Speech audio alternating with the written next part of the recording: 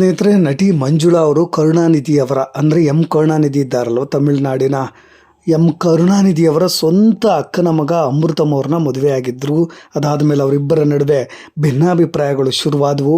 ಅದಾದಮೇಲೆ ಒಬ್ಬಂಟಿಯಾಗಿದ್ದಂಥ ಮಂಜುಳಾ, ಒಬ್ಬ ಮಗ ಕೂಡ ಇದ್ದ, ಅಮೃತಮ್ ಹಾಗೂ ಮಂಜುಳಾ ದಂಪತಿಗೆ ಒಬ್ಬ ಮಗ ಕೂಡ ಇದ್ದ ಅನ್ನೋದು ಗೊತ್ತಿದೆ.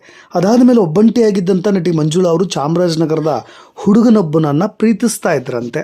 ಆರಂಭದಲ್ಲಿ ಎಲ್ಲವೂ ಕೂಡ ತುಂಬ ಚೆನ್ನಾಗಿತ್ತು. ಸ್ವಲ್ಪ ಏಕಾಂಗಿತನದಿಂದ ಹೊರಗೆ ಬಂದ ಮೇಲೆ, ಏಕಾಂತದಿಂದ ಹೊರಗೆ ಬಂದ ಮೇಲೆ ಹೊಸ ಪ್ರೀತಿ ಕೂಡ ಚಿಗುರಿತ್ತು.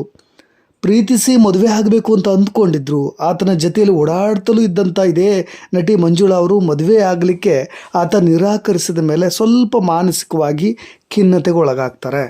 ತನ್ನ ಜೀವನದಲ್ಲಿ ಈ ರೀತಿಯಾದಂಥ ಏಳು ಬೀಳುಗಳಾಗ್ತಾ ಇದ್ದವಲ್ವಾ ಅಂತ ತುಂಬ ನೋವಿನಿಂದ ವ್ಯಥೆ ಪಡ್ತಾರೆ.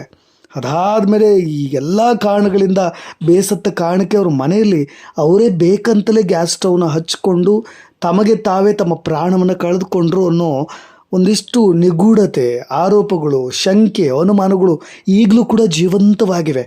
ಅವ್ರ ಕುಟುಂಬದವರು ಹೇಳೋ ಕಥೆಗಳು ಬೇರೆ ಇರ್ಬೋದು.